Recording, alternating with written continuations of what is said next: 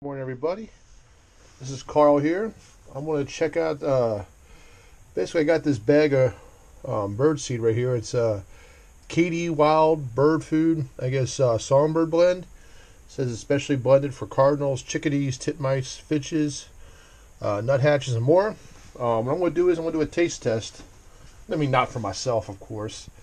But I'm going to put this out in the my bird feeder. And I'm going to compare this to good old natural black oil sunflower seed because that's what I use. I use black oil sunflower seed as well as with my suet feeder. So let's check this little bag out of here a bit. I got this for Christmas and a Secret Santa thing. You know, always like getting bird stuff. So that was a nice little hit right there. Let's see what we got in the back here. I put a little bit out yesterday just to get the birds, just so the birds can get started with it.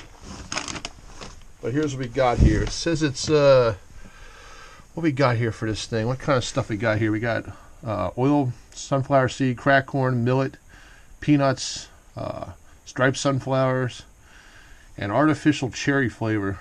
Well, the heck is that supposed to mean? Artificial cherry flavored? Wow. Anyways, we got right here. We got the stuff.